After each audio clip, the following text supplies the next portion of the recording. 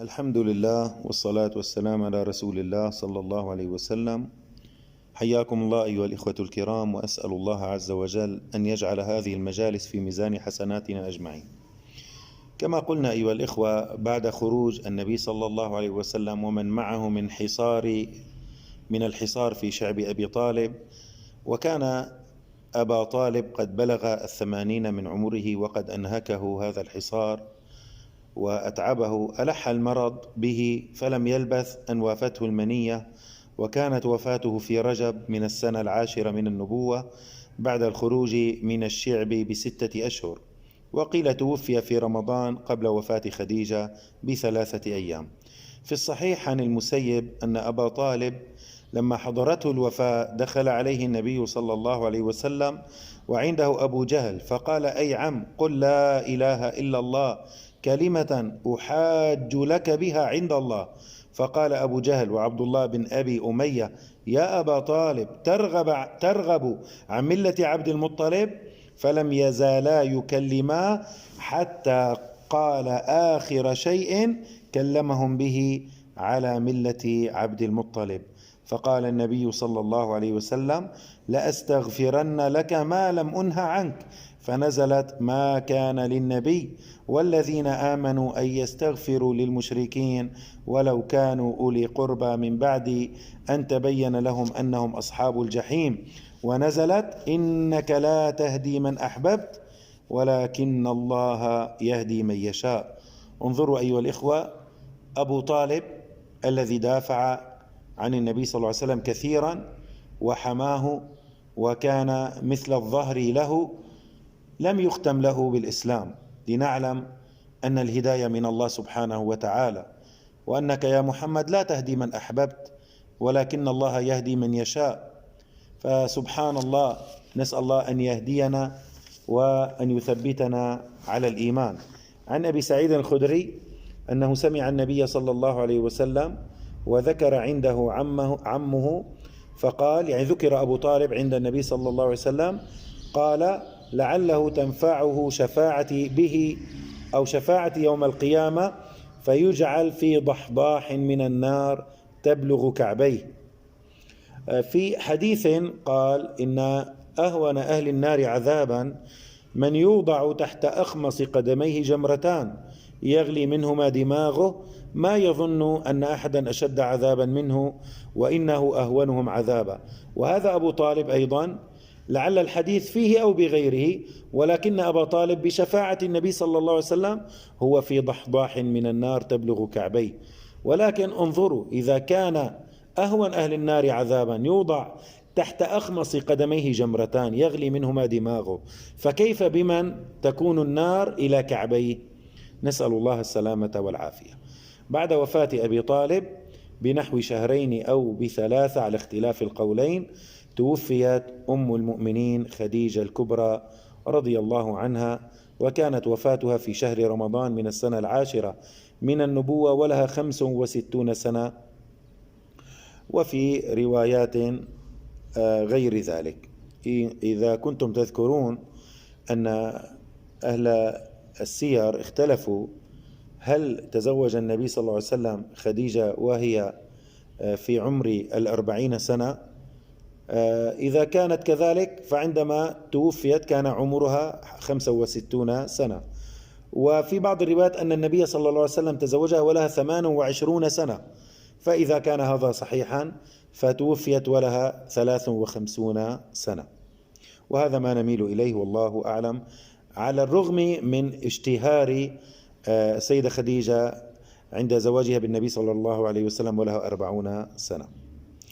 خديجة كانت من نعم الله الجليلة على رسول الله صلى الله عليه وسلم، بقيت معه ربع قرن تحوطه وتدافع عنه وتحن عليه ساعة قلقه وتؤازره في أحرج أوقاته وتعينه على إبلاغ رسالته وتشاركه في مغارم الجهاد المر وتواسيه بنفسها ومالها. يقول صلى الله عليه وسلم: آمنت بي حين كفر بي الناس، وصدقتني حين كذبني الناس، وأشركتني في مالها حين حرمني الناس ورزقني الله ولدها وحرم ولد غيرها، أي حرم النبي الأولاد من غيرها إلا ماريا القبطية ولدت بإبراهيم، وكل أولاد النبي صلى الله عليه وسلم من خديجة. وأيضا في الصحيح عن أبي هريرة قال: أتى جبريل النبي صلى الله عليه وسلم فقال: يا رسول الله، هذه خديجة قد أتتك معها إناء فيه إدام أو طعام أو شراب، فإذا هي أتتك فاقرأ عليها السلام من ربها وبشرها ببيت في الجنة من قصب لا صخب فيه ولا نصب. سبحان الله، ذهب التعب وذهب المرض وذهب الجهد. بشرها يا رسول الله، بشر خديجة وأقرئها السلام من جبريل ومن ربها، وبشرها بقصر في الجنة من قصب أي من ذهب، لا صخب فيه، لا ضوضاء ولا نصب ولا تعب ولا مرض. سبحان الله، يعني هذا من أعظم البشارات. أسأل الله أن يختم لنا بالحسنى. اشتدت وطأة أهل مكة على النبي صلى الله عليه وسلم، واشتدت على أصحابه العذاب والتضييق عليهم، والتجأ أبو بكر رضي الله عنه إلى الهجرة عن مكة، فخرج حتى بلغ برك الغماد يريد الحبشة، فأرجعه ابن الدغنة في جواره. ابن الدغنة رجع معه وقال مثل أبو بكر لا يخرج، وأجاره وقال هو عندي. فاشترطوا على ابن الدغنة أن يلزم بيته، أن يلزم أبا بكر بيته، وأن لا يصلي أمام الناس، لأنه كان عندما يصلي ويقرأ القرآن تجتمع عليه سبحان الله، تجتمع النساء والأطفال، ويجتمع عليه بعض الرجال ويتأثرون بقراءته وببكائه رضي الله عنهم. ولكن أبا بكر رجع عن هذا وأصبح يصلي قريبا من بيته في فناء بيته، وينظر الناس إليه وإلى صلاته وإلى خشوعه وإلى بكائه، ولم تكن كصلاتنا الخمس الآن، إنما كانوا يصلون الله أعلم ركعتان بغير وقت محدد، لأن إلى الآن الصلاة لم تفرض فرضا على المسلمين. فلذلك اجتمع أهل قريش وأرسلوا إلى ابن الدغنة إن أبا بكر يفعل كذا وكذا غير ما اتفقنا عليه. فقال ابن الدغنة: يا أبا بكر، إذا كنت تريد أن تفعل ذلك فرد علي جواري، فإني لا أحب أن يؤتى جواري. فقال: رددت عليك جوارك وأرضى بجوار الله تبارك وتعالى، أرضى بجوار الله. لذلك ضيقوا على المسلمين تضييقا شديدا، وفكر النبي صلى الله عليه وسلم أن يهاجر من مكة وأن يذهب إلى الطائف ويدعو إلى الله سبحانه وتعالى هناك. فلذلك بالفعل خرج النبي صلى الله عليه وسلم إلى الطائف في السنة 10 أو في السنة 11 والله أعلم، ومعه زيد بن حارثة مشيا على الأقدام يقطعون الفيافي والجبال في مسافة تبلغ حوالي 90 كيلومتر على أقدامهم من أجل أن يبلغوا دين الله تبارك وتعالى. وعندما وصل صلى الله عليه وسلم إلى الطائف واجتمع مع أكابرهم ودعاهم إلى الله سبحانه وتعالى، فقال أحدهم، وكانوا 3: أما وجد الله غيرك ليرسله إلينا؟ وقال الآخر: إن كنت صادقا فأنت أعظم وأعز من أن أتكلم معه، وإن كنت كاذبا فأنا أعز من أن أتكلم معك. وقال الثالث: لو صعدت إلى السماء وجئتنا بكتاب ما صدقناك ولا آمنا بك. فلذلك قال عليه الصلاة والسلام: دعوني أدعو إلى الله، فمنعوه وجمعوا له السفهاء والصبيان على قارعتي الطريق يرمون النبي صلى الله عليه وسلم بالحجارة حتى دميت قدماه صلى الله عليه وسلم، ومعه زيد بن حارثة يصد الحجارة عنه برأسه وبيديه وبكل ما يستطيع يدافع عنه صلى الله عليه وسلم. وهنا خرج النبي صلى الله عليه وسلم في حال صعبة وفي حال شديدة، وهنا دعا هذا الدعاء المأثور، ولو كان في سنده نظر ولكن معناه صحيح: اللهم إليك أشكو ضعف قوتي وقلة حيلتي وهواني على الناس يا أرحم الراحمين، أنت رب المستضعفين وأنت ربي، إلى من تكلني؟ إلى بعيد يتجهمني أم إلى عدو ملكته أمري؟ إن لم يكن بك علي غضب فلا أبالي، صلى الله عليه وسلم، رغم الجراح ورغم الآلام يا رب، إن كنت راضيا عني فلا أبالي بالناس، المهم أن ترضى عني يا رب. وهكذا حالنا أيها الإخوة، علينا أن نرضي الله سبحانه وتعالى، فليرضى الناس عني أو ليسخطوا، أنا ما عدت أسعى إلا لرضاك. ومن أرضى الله بسخط الناس رضي الله عنه وأرضى الناس، ومن أسخط الله برضا الناس سخط الله عليه وأسخط الناس. فعلينا أن نرضي الله سبحانه وتعالى ولو لم يرضى الناس. ونزل النبي صلى الله عليه وسلم إلى بستان لعتبة وشيبة ابنا ربيعة، وكانت الطائف حتى الآن هي تعتبر مصيف لمكة، جوها معتدل وبارد، بينما مكة حرارتها عالية، فكان أهل مكة لهم مصايف في الطائف. فنزل النبي صلى الله عليه وسلم ووصل إلى حائط أي بستان لعتبة وشيبة بن ربيعة، فلما رأى النبي صلى الله عليه وسلم تحركت رحمهما، انظروا كفار وتحركت رحمهما.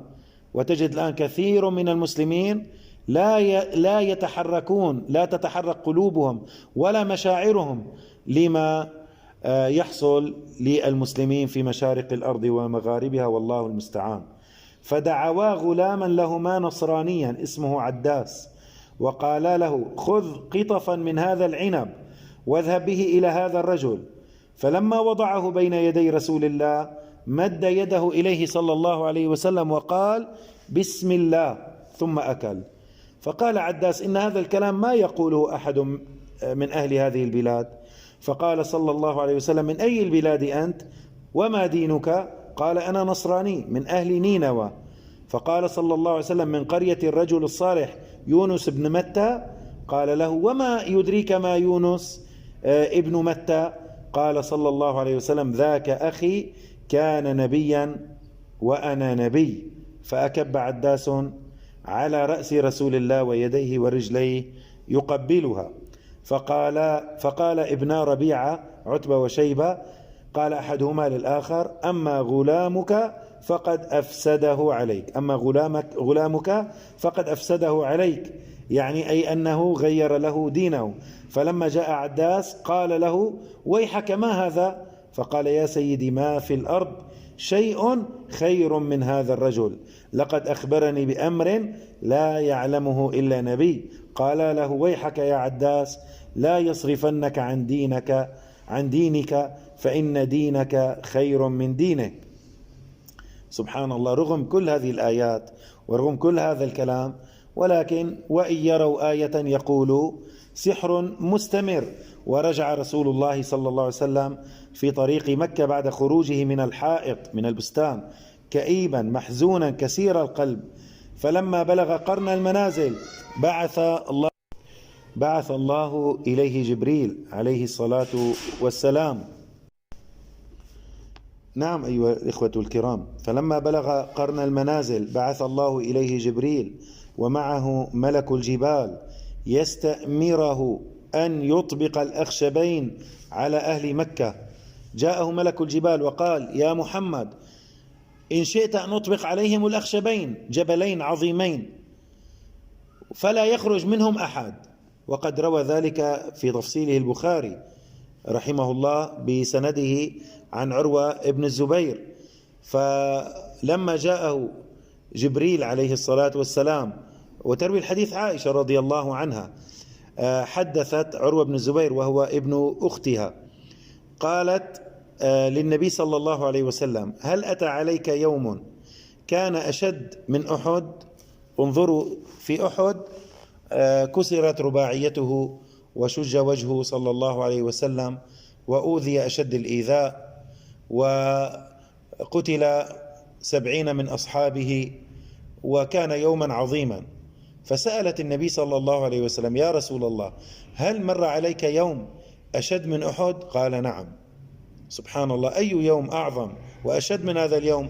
قال: عندما عرضت نفسي، فعرض النفس صعب أيها الإخوة. عندما عرضت نفسي على بني عبد يليل ابن عبد كلال أهل الطائف، هؤلاء الثلاثة أسياد الطائف في وقتها، عندما عرضت نفسي فلم يجيبوني إلى ما أردت، فهممت على وجهي فإذا أنا بقرن المنازل أو قرن الثعالب، فنظرت إلى الأعلى فإذا جبريل ومعه ملك الجبال، فقال: يا محمد، إن شئت أن أطبق عليهم الأخشبين. فقال: لا يا أخي، إنما عسى الله أن يخرج من أصلابهم من يعبد الله ولا يشرك به شيئا. الله أكبر. صلى الله عليك يا سيدنا يا رسول الله. بعد كل الذي فعلوه، بعد كل الإيذاء الذي آذوك فيه، تقول عسى أن يخرج الله من أصلابهم. انظروا إلى فكر النبي وإلى هم النبي، ينظر إلى البعيد، إلى المستقبل. عسى الله أن يخرج من أصلابهم من يعبد الله ولا يشرك به شيئا. ففي الحديث الصحيح عن ابن مسعود قال: كأني أنظر إلى رسول الله يحكي نبيا من الأنبياء ضربه قومه فأدموه وهو يمسح الدم عن وجهه ويقول: اللهم اغفر لقومي فإنهم لا يعلمون. هذا درس لنا جميعا بالصبر على الأذى، وليعفوا وليصفحوا. ألا تحبون أن يغفر الله لكم؟ هكذا المسلم حاله، يتأسى بنبيه صلى الله عليه وسلم مع الشدة، مع الصعوبات، مع الابتلاءات، ولكن همنا الآخرة، همنا أن نرضي ربنا. أسأل الله عز وجل أن يثبتنا على دينه، وأن يجعلنا جميعا مفاتيحا للخير مغاليقا للشر، والحمد لله رب العالمين.